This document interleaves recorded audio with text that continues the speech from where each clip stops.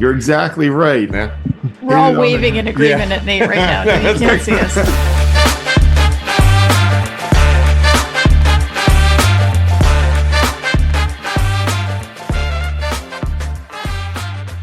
Welcome to Amorephillyunion, the podcast where we feel like we're in the final scene of Dead Poet Society.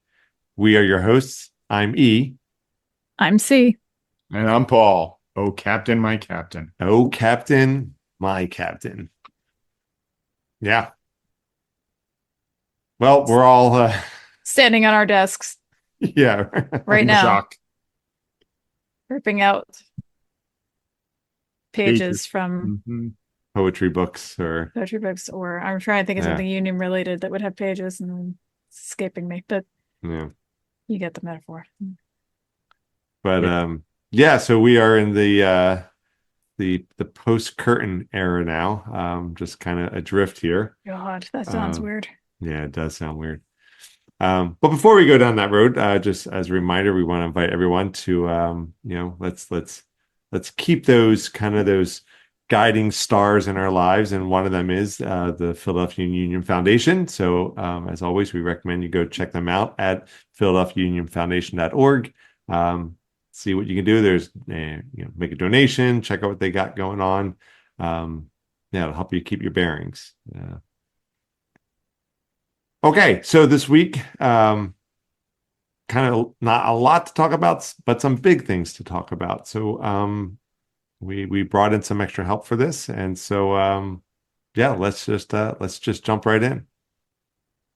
This week on the pod, we're very excited to welcome a special guest, someone we've had on our to invite list for some time, someone who's been joining along with this goofy podcast since the earliest days, and someone who's effectively has unofficially become the fourth member of the pod, along with Scoops. So let's give a warm AMPU welcome to Nate. Nate, yay! Hey. Welcome. Thanks for joining us. Yeah, pleasure. Honored to be here. Go for it. I think at just a little bit of kind of the connection here. I mean, I know Christy. Actually, I don't know if you want to talk more about this, since you are our de facto social media person, social media manager. Social media czar. There you go. Czarina. Oh Lord. Okay, let's not get too crazy. So I run the social for the team, and Nate and I started talking over Insta, and been talking for quite a while now. Off and on, especially recently with commiserating over the end of the season, but really throughout the season. So it seemed a natural fit to have you on, Nate, and we've been just talking so much, it didn't want to just limit it to us, so wanted to share you with our audience and the boys. Thank you guys. It's fun to be here. Reaching out. And appreciate the invite. And I think it goes back, I'm trying to think, there was an email. How long has it been? Just to the pod. And then from there, the Insta connected. Yeah. I don't even know, to be totally honest. It's been much of our duration, but so we're psyched to have you here. So I got to ask Nate, how did you stumble across us? Oh, yeah. I'm pretty sure it was Instagram. I'm sure you started popping up on that. And then from there, the quick algorithms got me, and it started coming, and and the unhinged posts started making less and less sense, and you thought, okay, It's just all right. So before we dive too far down, do you get some of our movie references? It's funny. I do. I think, wow, we must be in a similar wheelhouse era. All the things are lining up, because I get quite a few. There's one or two maybe that slipped past me, but all right, good. I think we're probably a similar vintage, as I like to think. So I'd like to keep it so that you in some cases have to listen to the pod to get it. Probably not the advice that you'd get from a corporate social media manager, but luckily I'm not one of those. So anyway. Well, we do have a lot to talk about. But let's actually, I want to talk about Nate a little bit. So like Nate, how long you've been following the Union? How long you been a Union fan? I mean, for me, I was trying to think through because it's kind of a soccer evolution for me. I didn't grow up, I wasn't a soccer player. It was my older brother who was a soccer guy.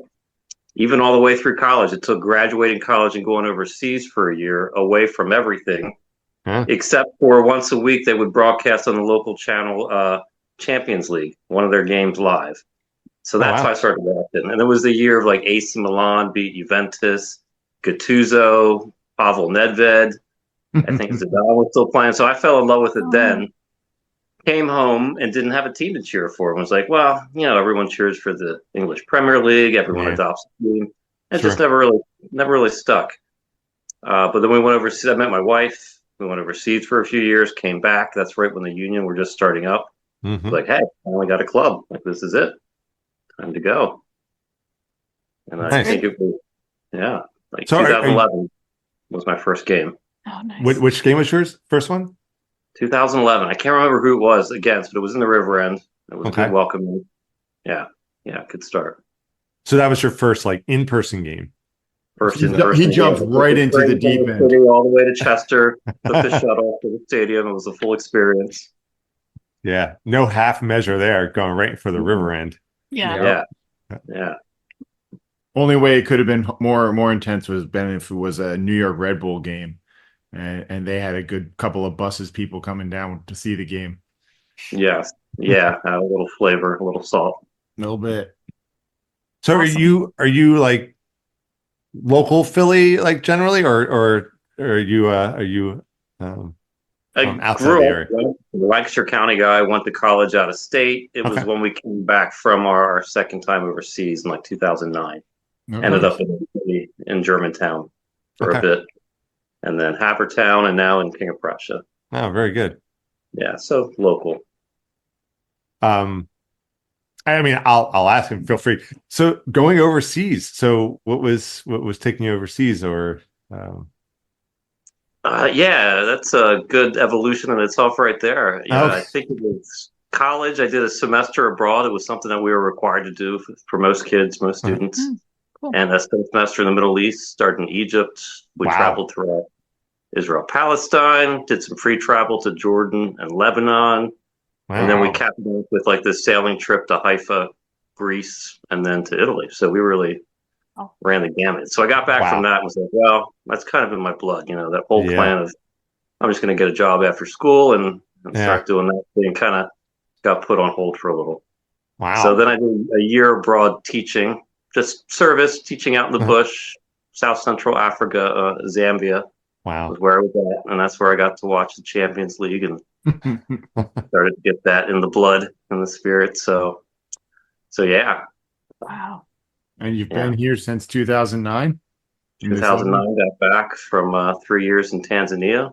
And Philly for that time. My wife's been teaching that whole time in the area. And we're awesome. We're very cool. Actually, let's not worry about talking about the Union today. Let's talk about that. This is now a new travel podcast we're doing. Exactly. Wow. I'm sure. I'd be fine with that. Yeah. Well, instead of thinking about getting in the blood, I was just like, well, it's like we're going to have to let Christy take the reins now. So Nate and I have more to talk about now when we message each other. There you go. Expand horizon. Well, I'm trying to think. There's a lot that's happened in between with the Union too. I think you guys were at both U.S. Open Cup finals, if I recall. From prior. Were you at them too? I was there. Oh, hard. Yeah. Being a Philly fan is so hard. It has toughened up my nephew, Paul's son, Nate. Also, Nate, quite a bit. I think, although it was funny because he is very traumatized by, I mentioned this in the pod, I think before, but traumatized by penalty kicks. He cannot deal. Oh my God. Cannot. Yeah. So, because I remember at one of those Open Cup games that came down to penalty kicks, and our Nate was still a little guy at the time. And Paul, I think you might have already had him in your arms, and you said, if this goes south, we're just going to go. So we're going to say bye now. And it did go south, of course. And our Nate immediately started crying, and Paul's like, we were then Paul's gone. like, okay, we're going. Yeah. And just during the championship game with LA, Nate was in the backyard. Mm. He couldn't even be in the house. Yeah. Now, yeah. Well, was that the U.S. Open Cup? Was that Wanger? He was a Lancaster guy, and I was so excited to have him on the team. Oh, And yes. then he really didn't have the best performance, and then from there on, I think that he got shipped out to Colorado, maybe. Yeah, I don't remember where he wound up, but yes, I remember him. Yeah, we have a Yeah. long bad history with PKs. Yeah. Andrew Wanger, if you're That's trying right. to- That's That's right, right. I was Wanger. trying to, what? Yeah. Yeah. He, I knew he it. was. They were using him when they were running a front three for a while, and he was Yeah. playing out on the left. And it was, at times he was really good, and there are times that he was still a young player. And like, one of the more famous things was when he just completely dribbled a ball out of bounds in one of the games. No reason, just did it. Oh, yeah. I was desperately trying to remember his name, because that's a very Yeah. PA Dutch name. Yeah. As you know, Nate. Yeah, for sure. But yeah. So do you get ticket? Do you have a season tickets for the Union, or you just go No, occasionally? I've never had season. Just get the tickets when we decide on occasion. Okay. And Nice. And you said it was your older brother that was into soccer when you were growing up. Have you played any since you gotten into it a little bit, or do your kids play? I know you said you had a couple. the kids are playing. Yeah, we've got them both. Have done some soccer shots, some King of Uh-huh. Prussia Soccer Club, the Yep. Prussians. So that's good. I'm living vicariously. Well, just so long as you're not one of those crazy parents on the sideline who thinks their kids are the second coming of Pele. Yeah, right. No. Yeah. Yeah. No illusions yet. That's not to say they're not the second coming. I'm just simply, encouraging you to be moderate in your approach to it.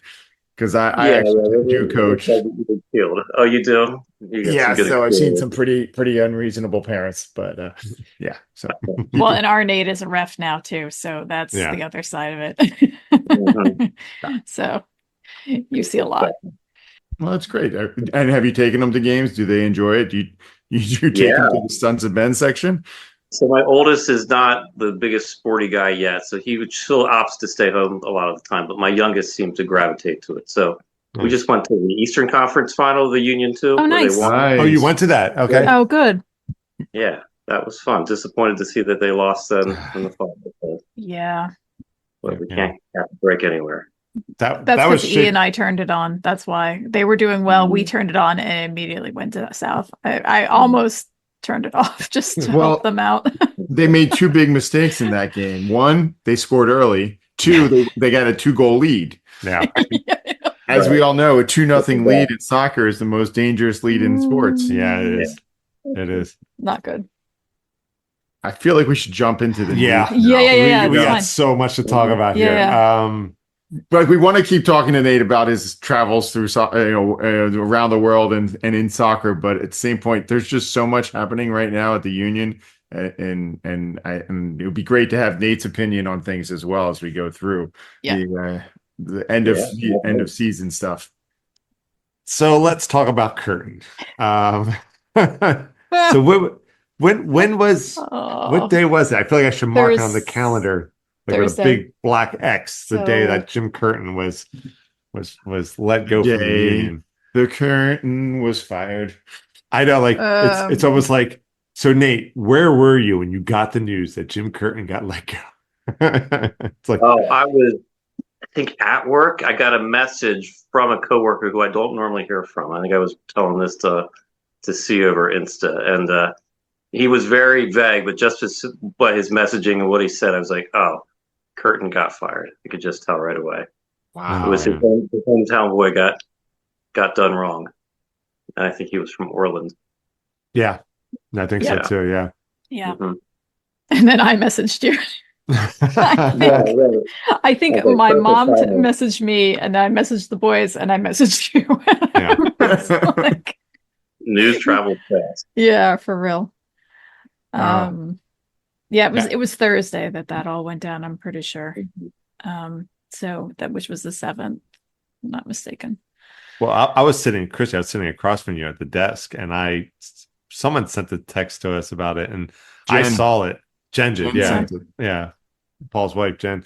And I saw it, I'm like, oh my gosh, but you were you were in with a I was meeting or at, something like that. So I yeah. wasn't gonna say anything. And I'm like, I'm just gonna let her find out. Like, it's almost like she's having a nice normal day. She doesn't have to know that the world is ending right now. And then I just saw you just look down at your phone and look up to me. I'm like, yep. So Meeting over. That's it. Yeah, it was so weird finding out via social media that way that it all came down.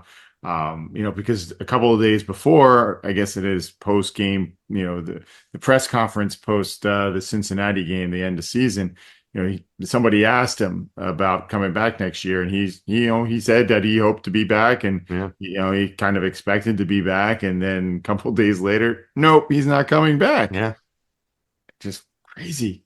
Crazy. Yeah, How I mean, that happened. technically he had a contract through the World Cup, but Yeah. we all know how that goes. Yeah. So, and you're right, it was Jen's message, which is an unlikely corner. I was saying with my mom, it was Jen, and then poor Jen felt bad because she thought we already knew. But I don't know. So I think the word scapegoat was the word of last week. Know what you think. What do you think, Nate?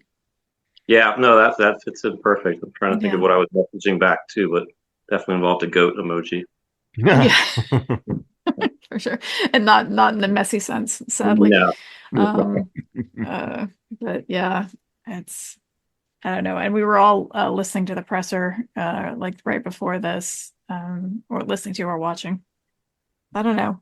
I mean, one takeaway I had was, if you remember at the end of last season, the rumor was that Ernst had pretty much told Allie that Allie was done. And there was a certain amount of uproar about that. And the picture I had of what happened after that was that Curtin kind of went to bat for him. I'm sure there was a lot more to all of this, but and that was part of what pulled through that special deal that they did with Allie, which was sort of like half player, half back room, like office admin, not admin, but like a representative of the team to the community and doing things like that. So, and like easing into sort of a coaching admin something kind of role. And just from the presser, it kind of sounded like Ernst agreed to that, but wasn't super happy about it. He didn't actually say that. These are impressions I got from words he used and phrases. I don't know what you guys thought, if you caught any of that, but it's kind of sounded like they had two different concepts of how the team was going to be run, and Jim didn't live up to what Ernst thought they had agreed to.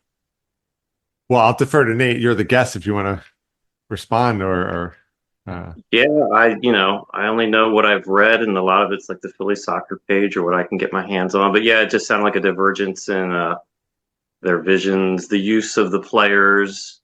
I know we've talked about some young players getting a shot, but others not, and then hiding Baribo behind Donovan. But how much of that rings true, I don't know. And, is their strategy going to change at all? I don't know that either. We'll see. Yeah. Does feel like a good situation. Yeah. He didn't have a lot to deal with. He had a lot of injuries too. It was a tough. Yeah. They ran it back again. Yeah. I know one of the things that Tanner brought up during the press conference, and I've made some on my notes here, that we had a 3-month no win streak, and he kind of equated that, to if this was any other league in the world, that would have been the final nail in the coffin. Yeah, maybe I find myself, I think you mentioned this, like, I like Jim Curtin. I don't think anyone should be surprised by that statement. Maybe to the point of blindness, where maybe there are some shortcomings, and maybe this was a smart move. But there were I felt like a lot of extraneous circumstances going on here. Like the injuries this season, I think, were just a way bigger load on the team than I think it's been in the past. I don't know. When I was listening to the presser, just all the things that were going wrong. It's like, yep, and how is that the coach's responsibility? Mhm. A poor artist blames his tools, and I don't want to I don't know. I mean, now that we're talking about it, it's just like it kicks up all those feelings again. I'm like, oh my God, Curtin is gone. Yeah. So I do want to just point out that there's a article on ESPN by Jeff Carlisle, where apparently he has some sources in the union that give him some background. For those who want to, you're certainly welcome to go read the article. It's just a quick Google search. But I want to get back to the Sugarman and Tanner press conference there. Nate or Eric, one of the first questions that came to mind when I was listening to them is, what does Ernst see the union becoming? Like, what does he in his mind? What does the ultimate union team look like? And is that in line with what Philadelphia really wants as a sporting team? Like when you think about Philadelphia sports, like, let's face it, our biggest sports icon is a guy who lost the battle. Like Rocky didn't win in Rocky 1, Also not a real person. That's immaterial. Yeah. But he is the biggest Philadelphia sports icon. I mean, it's give Gritty a few more years. Yeah, and don't get me wrong. I mean, winning is important, but it's winning in a way that Philadelphia fans can cheer. And part of me wonders if there's a disconnect between what Ernst wants to do as a soccer general manager and what the fans and ultimately, the city want from a team. Now, if it was resulting in MLS Cup after MLS Cup, I think he would get a lot more play. But it is a good question, and I don't know if he knows what that is, and he has not communicated it well enough. Yeah, I don't know. That is a perennial. I don't know, Nate, if you have a thought on that one. Like the whole, it's more important to win as opposed to the character of the team that's on the field. I don't know if is there no daylight between the two. Oh, I don't know. That's a tough one. I mean, he was around for a long time. He really did have the character of the team. He kind of embodied the spirit, that whole working class. But I don't know if they're going to try to flip it up when they bring someone in here. Chemistry is a big deal. Big deal. As Jen, my wife, pointed out, she's like, so are they going to have a rebound coach now? Yeah, right. Yeah. I mean, whoever's coming in, like literally they're stepping into Jim Curtin's shoes, and he's been here for 10 years. If this next coach lasts 2 or 3 years, that'll be impressive. Yeah. Anything short of Jurgen Klopp, and it's there. It is. Which is something I know. Drink. Drink. Got my Jurgen Klopp reference in there. There Although, I mean, on your amorephillyunion bingo card, mark that one off. Jurgen Klopp's invention. Tanner is a German, so I don't know.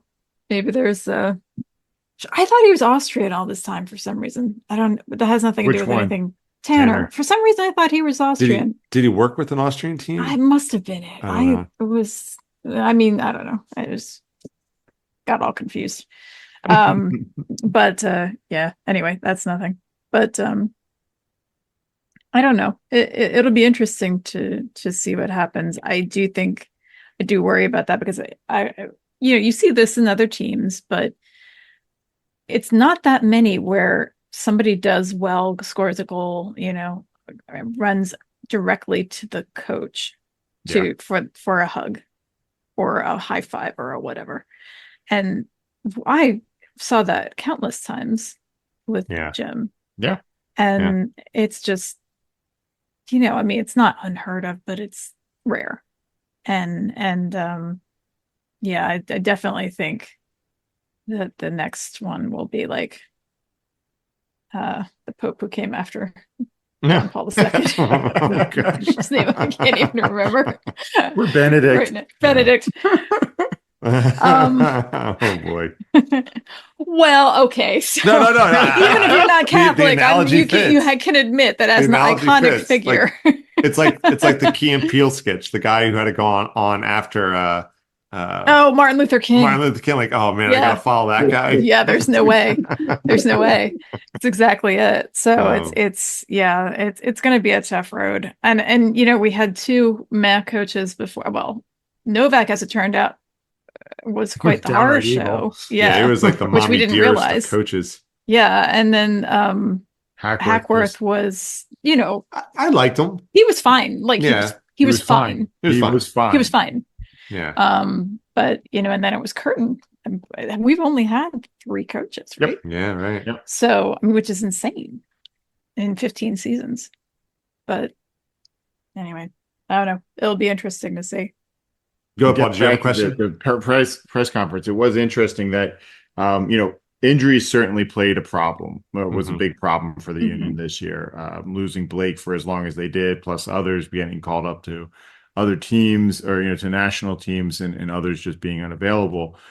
There was a good question to Ernst about, hey, well, you know, part of that is you've got to build depth in the team, and what could we do? What could you have done better about it? And Ernst referred to a time when they actually had all of the players back for training, and Jim was looking around and actually made a comment that, you know, when everybody's healthy, we have pretty good depth here in this team with the quality that they had there.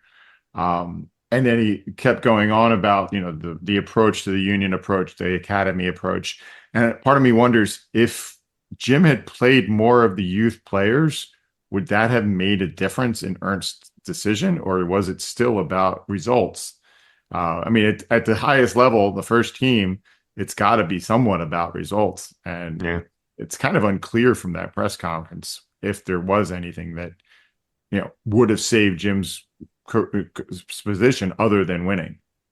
He seemed to contradict himself in that sense, because it was like I wanted him to play young. He didn't say this literally, but part of it was I wanted him to play young players. Part of it was we needed to have that winning record, unless we think that Ernst thinks that by playing the younger players he would have gotten there. So I'm wondering if maybe that's just thinking on the fly here. Maybe that's where he was going with it.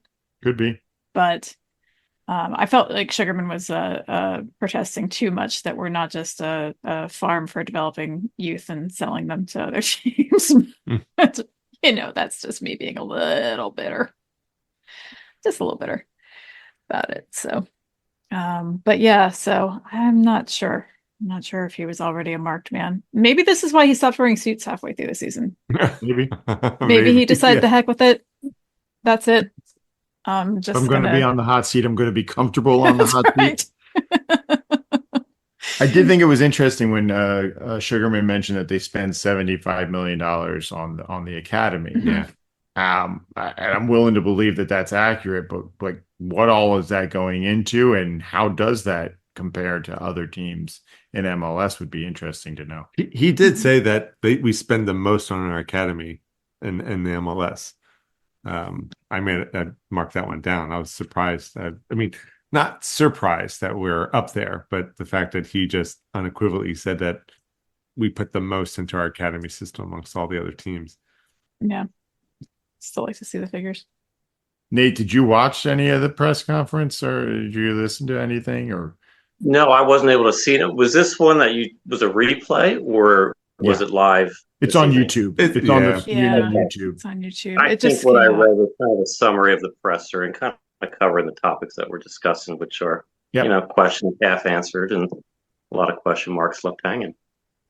Well, here's a question. They mentioned this. We'll go around. Whoever wants to chime in, because we've talked about this one a little bit, or at least around this. I think it was Sugarman said that they have to adapt as the league adapts, and I think there's some truth to that, right? I feel like, you know, previous seasons, like when we were dominating, right? I think we even said like the only team that could beat the Union at this point is the Union, and you know, that teams are playing to try to adapt to us, right? To try to beat us. And then now I just feel like this year it's just like we just never found that gear. I don't know. What do you? What do you think he was referencing when he said adapts? Like adapts to different styles of play, different, you know, bringing in, you know, well, bringing in Lionel Messi to start with. Yeah, bringing a lot of talent, that certainly helped. Yeah.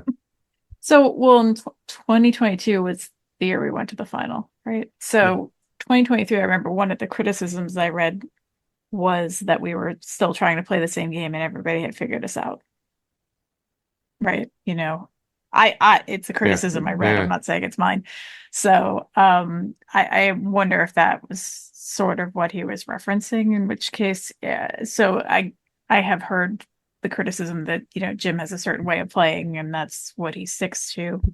I don't know. Yeah. I mean, I I think don't you know could if I'm see that too a lot of times, like always the same lineup kind of. Paul knew when the subs would be coming in generally, unless somebody was hurt. What did you always say? It was like the 60 something minute. Yep.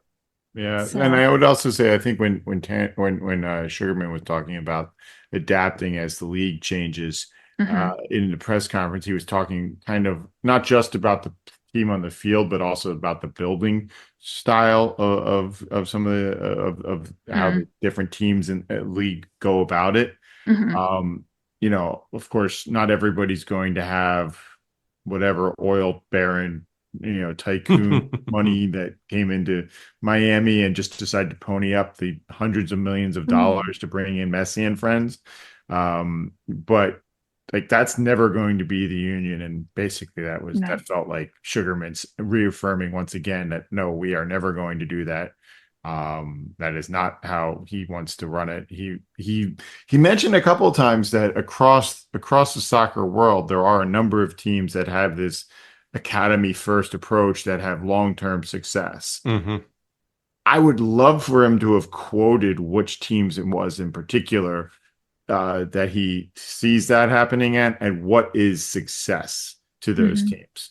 Is it winning the top prize for those leagues? Is it, you know, positive results on the table? Is it continual for top 4 finishes in their leagues? Like, what I still don't understand what benchmarks they set for Jim at the beginning of the season that he didn't reach. Yeah. I don't know. Yeah. I don't think we're ever going to know, but it would be nice to know. I'm not sure Jim even knew, to be honest. Just sounds like it was very abrupt. Yeah. Exactly. You're exactly right. Yeah. We're all waving in agreement at Nate right now. You can't see us. Yeah, we're either pointing at noses or waving in air, like, there you go. There you go. That's it. Yeah. I don't think he did. And the other thing, I can't remember where it was, but I feel like Jim was, until this extension through 2026, it felt like every year he was on a 1-year contract. You know, he had 10 years at this club and 9 of them he was on a 1-year contract for. It felt like. I'm not saying that was always the case, but I know it was that way for the first couple of years. And even until this extension, it really felt like that he was still on a 1-year contract. I figured with this one, and maybe he did as well, that he had a little bit of room to run with. And that turned out not to be the case. Yeah, it feels like, in light of that, it feels like revisionist history a little bit on Tanner's part to say that, well, we had a talk at the beginning of the season. I'm paraphrasing hugely, but, you know, we had a talk at the beginning of the season and, you know, certain things were going to have to happen and they didn't. And so, yeah, you can always tell when Christy's doing her Ernst Tanner impression, her eyebrows first. Do it with the accent this time. No, I'm not making an attempt at the accent. No. It's gonna offend somebody, although no, but you're German's right. probably pretty close.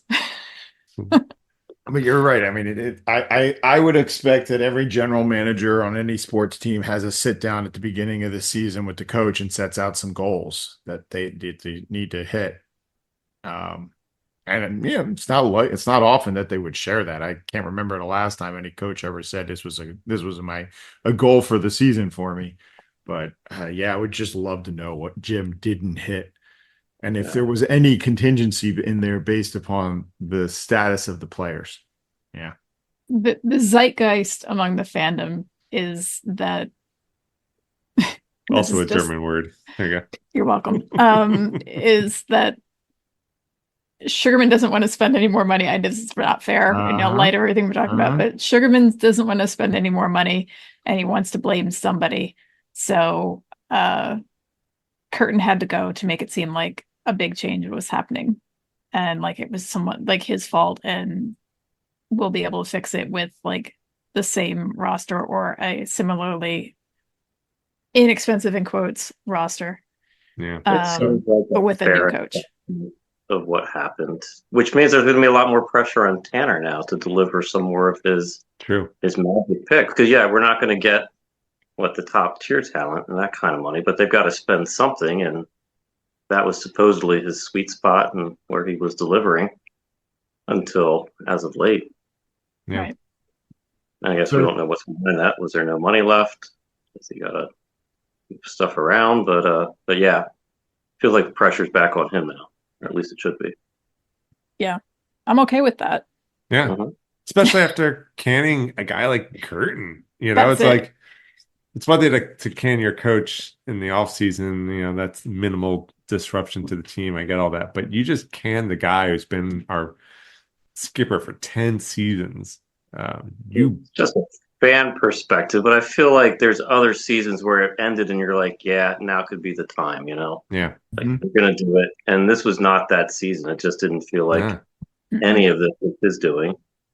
I mean, sure, there's things that probably could have gone different, but hey.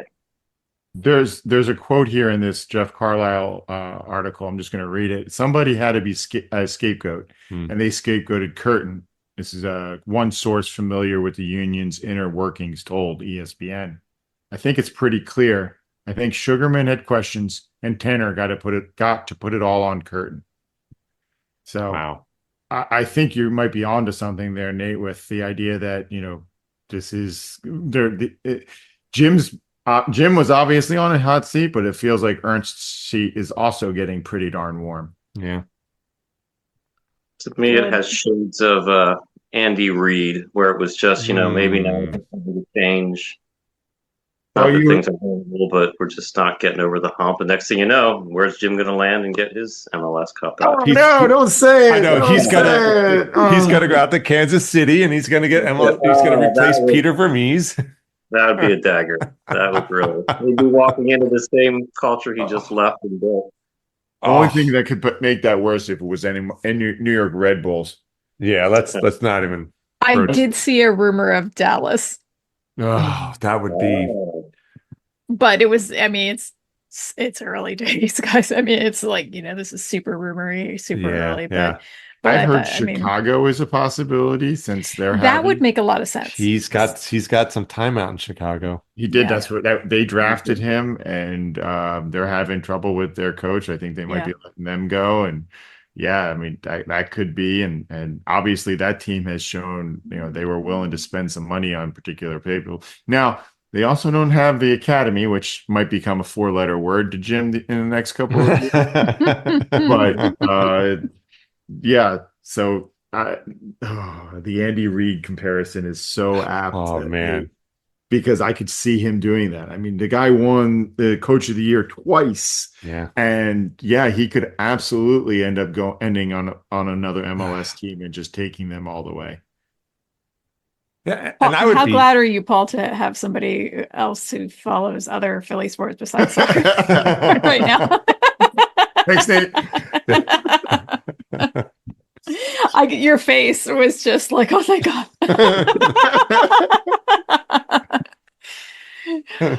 I didn't have that particular note written down, but that was definitely something that I had squirreled away in the back of my head to possibly make a reference to. Because that could be. Chicago is a good reference. Didn't Curtin win the MLS Cup with Chicago? I think he did. I think he don't did. know if it was it might have been the Open Cup. Or was that Open? Maybe. I'll do the Googles on this one. Hang on. Well, keep talking, but I'll look it up.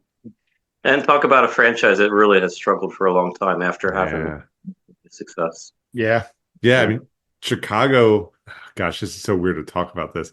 Chicago would do well, I think, to pick up a Curtin because, I think they're in that primordial stage now where they can kind of reform into something new to try to start climbing back up the rankings. And a guy like Curtin, he can do a lot with very little. He's proven that. That would be an interesting fit. That was one of my questions I wrote down here for everybody. Like, where do you think Curtin would go? And I think Chicago would be a it would be an interesting fit, I think, with him there. You know. Well, just circling back really quick, I do think it was the Open Cup Championships from what I'm in a super, super quick Google here. Okay. But he was an MLS All-Star Oh yeah. as well in 2004. And I didn't realize this, but in 2014, while serving as head coach of the Philadelphia Union, Curtin was ceremonially retired as a Chicago Fire player. Wow.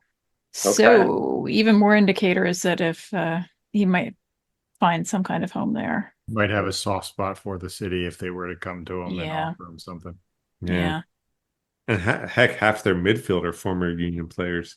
Herbers and I mean, well, Shabilka was out there, but I don't think he's there anymore. No, I don't think no, so. he's over in Europe somewhere, I believe. I think Herbers is out of contract as well. Is he? Okay.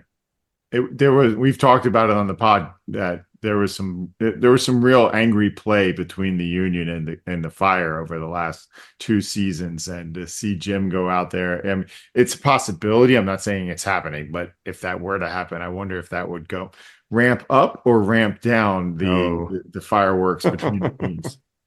Yeah, that would certainly make it, wherever he ends up. If it's an MLS team, it's going to make that team's Union match a hot ticket for people to go and see. Yeah, that's gonna be weird. It's gonna hurt a lot. It's gonna be weird.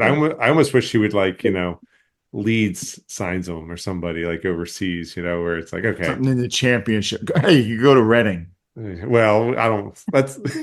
He's had a hard enough year. Let's not. I'm not even sure what league they're in now. Yeah, they're in the same league as Wrexham. Now I have to look that up. Great. Yeah.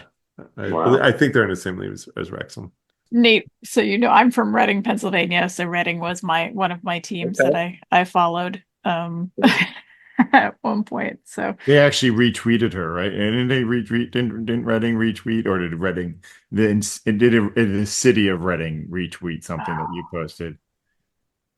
Or was that Fleetwood Town? It's Fleetwood. Yeah. So I'm also, that's a long story, but I'm also friends with the sort of unofficial mayor of Fleetwood, UK, and he would retweet my stuff quite a bit. So that's a long story. That's probably not worthy of the pod, but I'll tell you some other time. There's the social media manager credentials right there. I know. Yeah, right. This is how I got my job. That's how we signed her. Yeah. Mm-hmm. I was drafted. Yeah. And don't worry, Christy, your contract is an open-ended contract. It doesn't great. That's good to know. Yeah. Yeah, especially all for of us. The options are your options to exercise. Yeah, right. I believe they say you're holding all the cards. Well, okay, how about this? So if Curtin might go to someplace like Chicago, let's flip it around.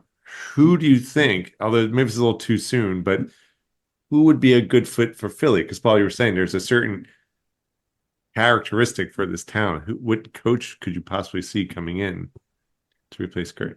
Ali Bedoya. Well, personality-wise, I would agree. I don't know if 100%, but no. The Answertron 5000. Mark up on your player. Close the midfield. What is offside? It makes me wonder who Sugarman or Tanner think they're looking for, because our minds, I think, immediately go to who's your next Union type personality. Sure. Right. Which is why I said the Answertron 5000. I was trying to have a little fun at that, I think. Exactly. It's got two answers, right? Who would you want, and who do you think it will be? So if it's, we've had a lot of fun over the last few years, especially with Curtin, and that, it really did feel like he was one of us and, running this team. So from that point of view, like Danny Califf coming back to run a team, or heck, even Danny Cruz, who has some actual coaching experience at the, he's at Indy. I think he was at Indy 11, but there are some Union players who have gone on to, coach certain levels of soccer that if they really wanted to, they could do that. My guess is he's going to bring in somebody from outside, like outside the league. Yeah, that or maybe bring somebody up from within. Like there's talk about the coach that's doing what's his name? LeBlanc, the guy who coaches Union 2, who people seem to think is a front runner for that position. But I think Tanner's going to end up bringing somebody in from outside, try to make a total break Mm-hmm. of things. And honestly, that's maybe not a bad idea. I don't know. Yeah. I wouldn't be mad at Pat Noonan coming back. That'd that- be okay. Yeah, but getting him away from Cincinnati. I know, but I'm just saying. There's at least a ghost of a chance with that, as opposed to my Jurgen Klopp. Yeah. Well, yeah. That's, Jokes, if we're gonna you blue know. sky, yeah. Yeah. Here's one I think would be interesting. I don't know how this would fit, and I could see it being a little polarizing. Jesse Marsh, Oh. you know, He's got better hair now, so I'm less mad. Jesse coached at Red Bull, right? In Europe. Yeah. Yeah. Yes, and with then Salzburg. then he went somewhere else. Also coached Aronson when he was over there. Yes, he Yeah. did. That was Yeah. part of the arrangement, I think. So I kind of that actually makes some sense. And he did coach at Leeds. Yep. And then was he in Leipzig? I don't remember, but Oh, he's not coming back, y'all. Where's he at now? He is the Canadian head coach. well, okay. So Red Bull, Salzburg. Oh, New York Red Bulls Leipzig Leipzig, that's what it was, yeah. as an assistant. Salzburg for 2 years as head coach. Back to Leipzig Okay. briefly, and then to Leeds, and then now with the Canadian, presumably national team. Yeah. Yep. That's right. So I have forgotten all about that, but yeah, no. I'm just grateful that Bruce Arena has already been snapped Oh, up thank by God. San Jose, so we don't have to worry Thank about God. those. I'm sure he's fine, but droopy dog, I can't do it. Just can't even. Yeah. Mm-mm. It's too much. I don't know. Anybody mind, Nate? Not to put you on the. That's a big question. No, I've just got my image of I got Curtin stuck in there. I know. Yeah, I know. Well, he's been there so long. It's hard not to. Yeah. Our team is what, 14 years old? Yeah, 2010. Yeah, he was there for 10 of those 14 years.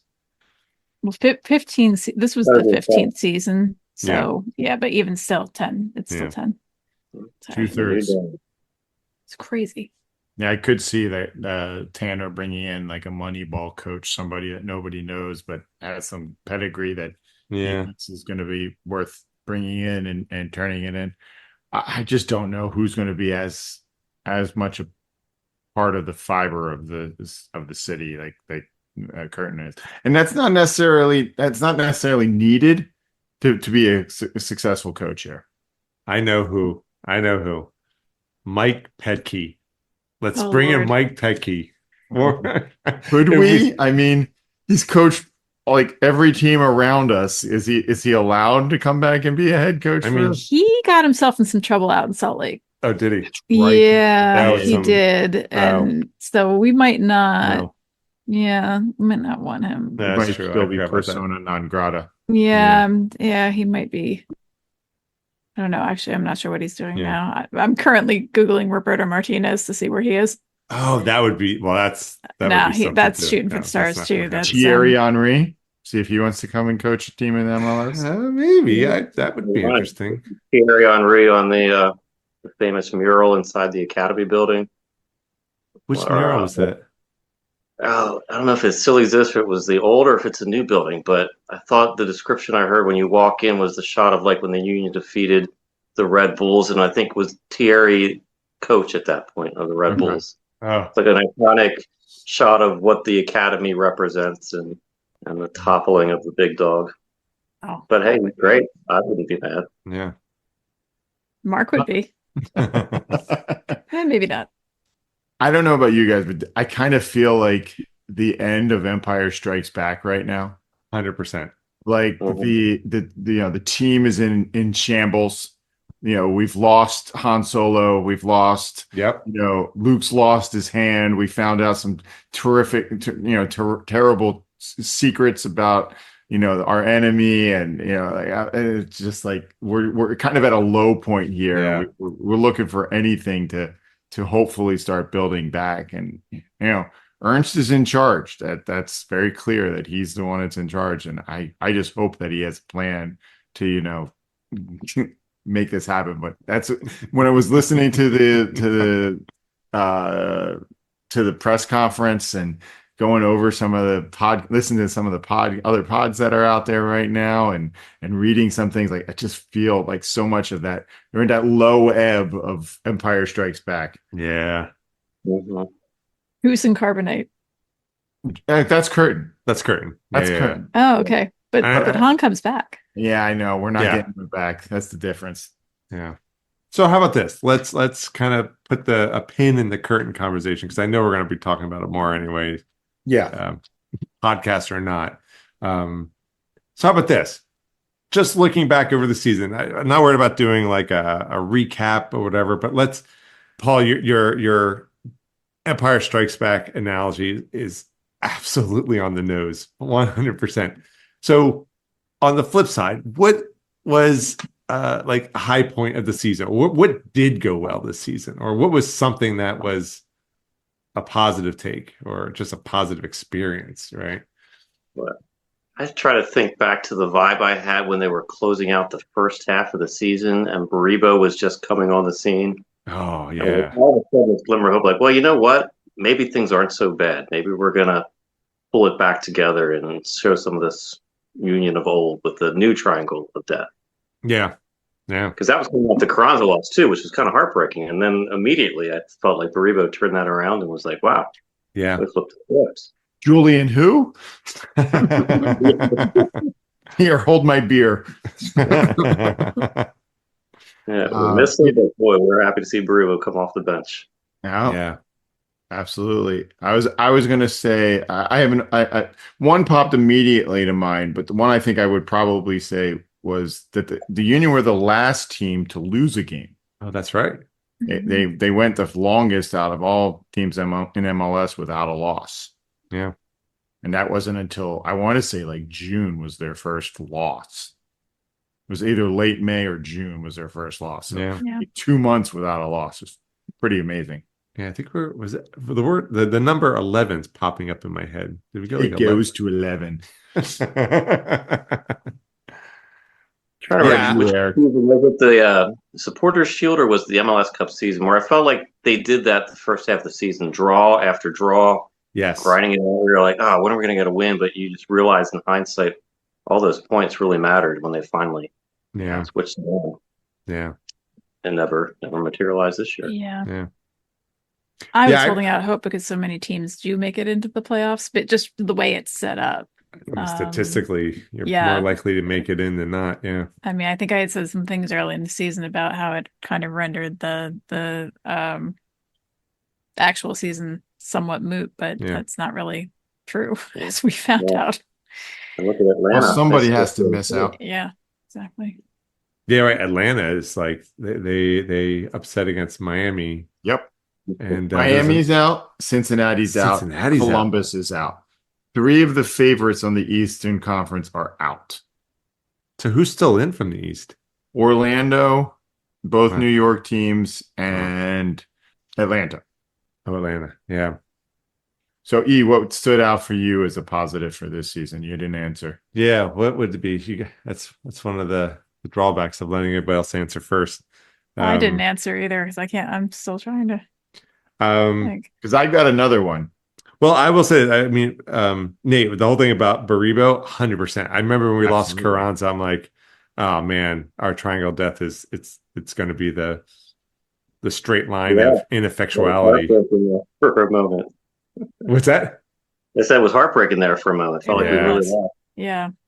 Yeah, we didn't even get to say goodbye to Carranza. Not that we had that coming or owed to us, but when Baribo stepped in, man, holy cow! Because I know he had dipped his toe into the water a few times, but just nothing subbing in for 5-10 minutes here and there, and then the guy, his production, his scoring rate was unbelievable. And credit to Nate for using our phrase, the new triangle of death. Yes, That's probably where I got it. You guys ingrained it in. Hey, Kevin, we can slip that in there as a positive. Yeah. Yeah. I was going to say his brother was the big positive from this year. That's Yeah. I thought this was the year of Quinn. Mhm. Not enough to necessarily lift the team to the heights but he couldn't do it all on his own. But as we talked about, and I mentioned multiple times especially through the stretch end of the season, he was the one that made it fun to watch the Union. Yeah. Mm-hmm. He was kind of like Brendan Harrison, where he would have been like the longest mileage guy for the game, just everywhere, all over the place. Yeah. Even when they were down. I'll even tack on McGlynn. I feel like this was more of a mature performance from this year. So not so much in the spotlight, but just kind of providing that motor in the midfield to just keep things moving. And then of course he had that kind of Dempsey way about him where he would just, all right, I'm 40 yards out, I'm taking a shot. And it's like, well, it was on frame, it's like it was not dangerous, and so I just, he's becoming more of a thoughtful player, which I think will serve him well and us, hopefully, in the long run. Hopefully. Oh, I think I messaged with C about this one too, but the Olympics was fun because our Olympic team was the under 22 Oh yeah. team, and we had 3 Union players. Yeah. And I remember watching the coverage, and at one point they were showing the pregame before one of the U.S. matches, and it was a couple people with Union jerseys on with like the USA badge stamped Really? on, waving to the camera. Like, wow, well, that's great. That's the spirit that I want to see is Union first, and and yeah, that was fun. That was a good match to see. That's a great point. I've forgotten about that. Yeah, man. Yeah, that's true. Ariel, McGlynn, and Quinn. Yeah. That's and awesome. Brendan. I mean, yeah. Yeah. Gosh, like almost half the team out there could be, current or former Union players. Right.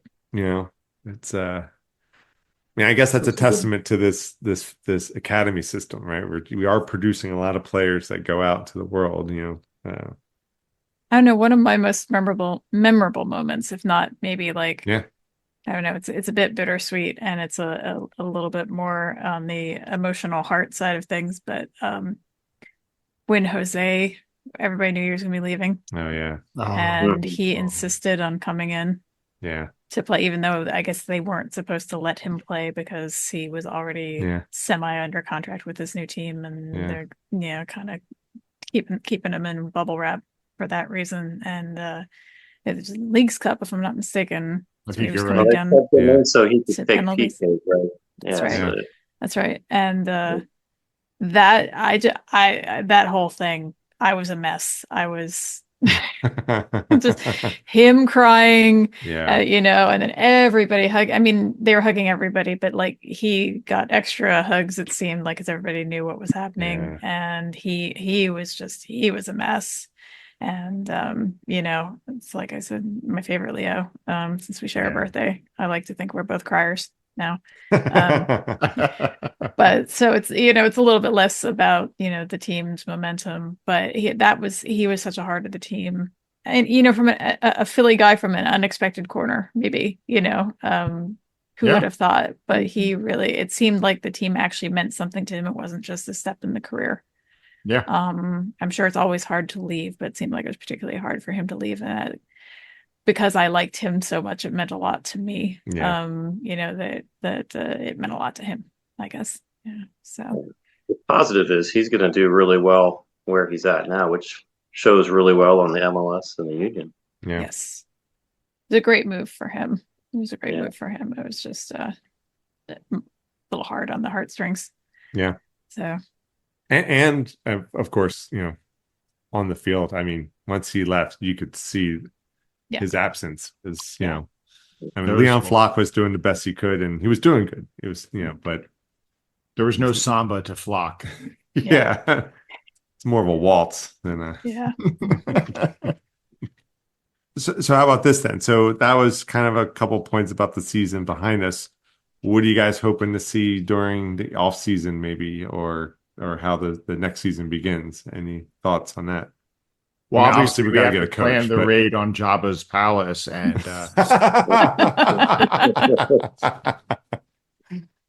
No, but I think the big thing coming up for this offseason is going to be the team rebuild or the team build. I wouldn't necessarily call it a rebuild, but whoever is coming in and however they work with Ernst is going to be a huge deal. And how they build the team for the next year. Are they going to bring in more players? Because there's a lot of players that could be gone. Flock's out of contract. Bedoya's out of contract. Yeah. We'll probably have to go through the rest of the roster in one of our episodes and see who's likely gone and who's likely coming back. There's definitely some concern, as to who they might re-sign and what they're going to have to play with next year. It could be a very different looking team, and that's a big question mark. Yeah, the only thing we know for sure, I guess, is Quinn, so that's good. Right? Yeah. Yeah. So, although we just learned how well they hold the contracts. Yeah, I know, but since they just did that one, I have a little more faith in it. Yeah. So, but and he has played so well. Yeah, he really has. They'd be foolish not to try to tie him down. Absolutely. As it were. How about you, E? Or Nate? Oh man, we're gonna see. Go ahead, E. I don't have a big one. One of the things I'd like to see, I mean, obviously, of course, who our new coach is, and I really hope we pick somebody that fits in with the spirit of Philly. The one thing I'd like to see is Allie's role and future in the club better or solidly defined. I honestly, I don't expect him to be back necessarily as a player. I'm with Curtin getting cut, I'm like, well, it's a fire sale. Anyone can get cut at this point. But I'd like to see Allie, like, whatever. I hope he's still here, and I hope he's in a role that contributes to the team. I don't see it being on the field. I don't know what it'd be otherwise. Maybe he's assistant coaching, but just to kind of get his future, secured with the union. I don't know. Maybe it would be fun to see Ollie stay with the organization and get in the coaching side of it. Yeah. And at what point, do we have protocol for when he goes in the? It's going to be number 2 inductee in the Ring of Honor. He's got to be, right? There was a time. I'm sorry. No, I just said I just assume at this point. In fact, I got my jersey with him, just assuming this is a good bet.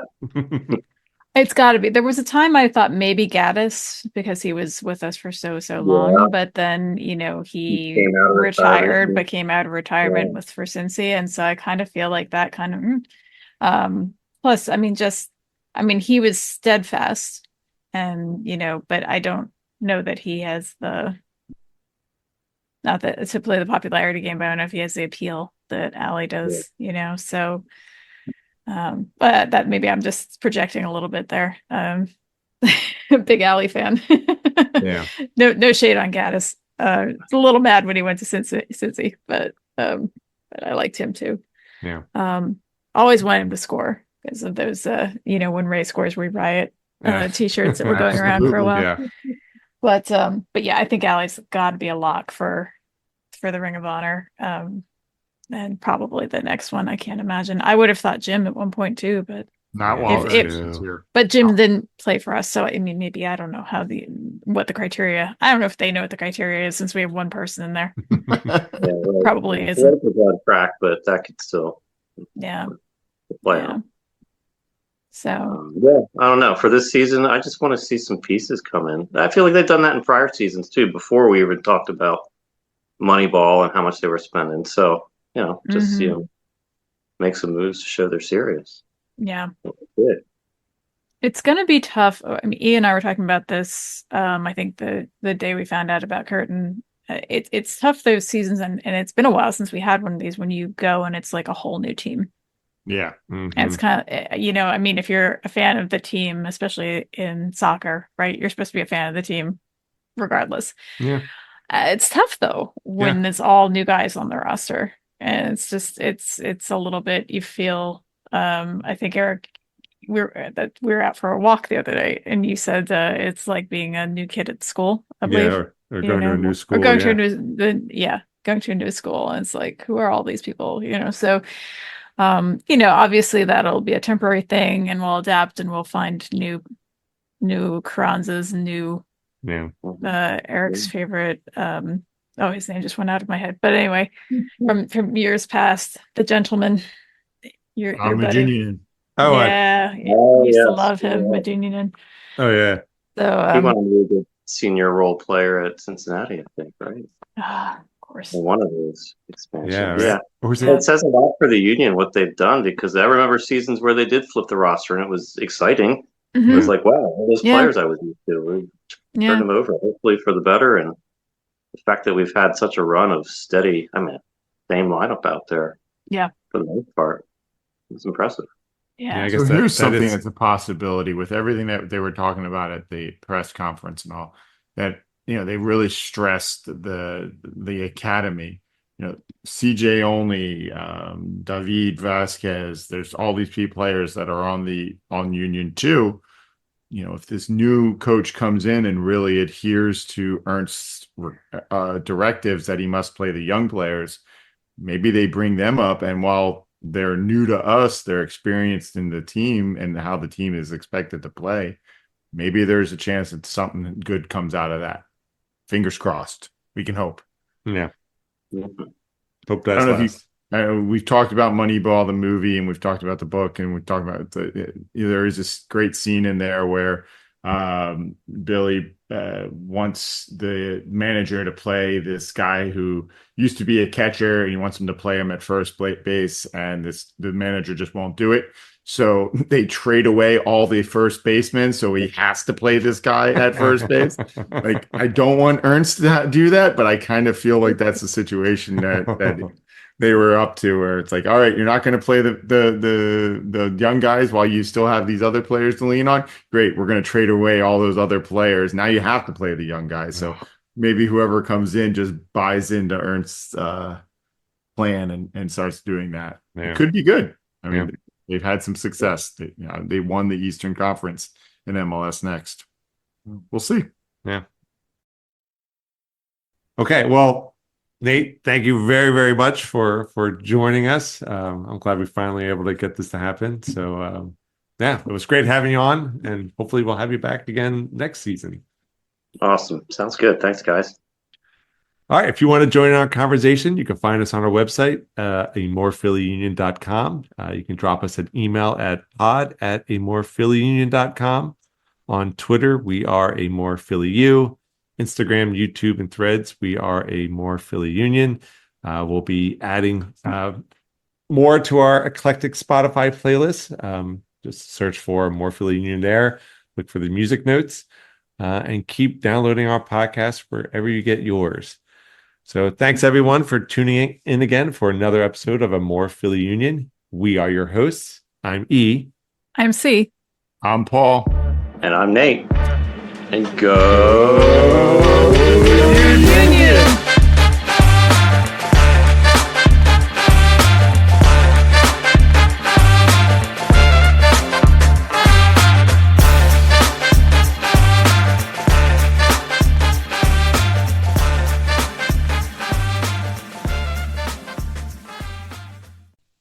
Sorry. There's no sorry. There's no right way to do it. That's how it turns out every single time. Every single time. Every single time. Or Paul just messes with us and Or Paul cuts it off messes, short yeah. or something. So, yeah. That's my one chance during most episodes to throw a curveball. Well, that's my last chance to throw a curveball.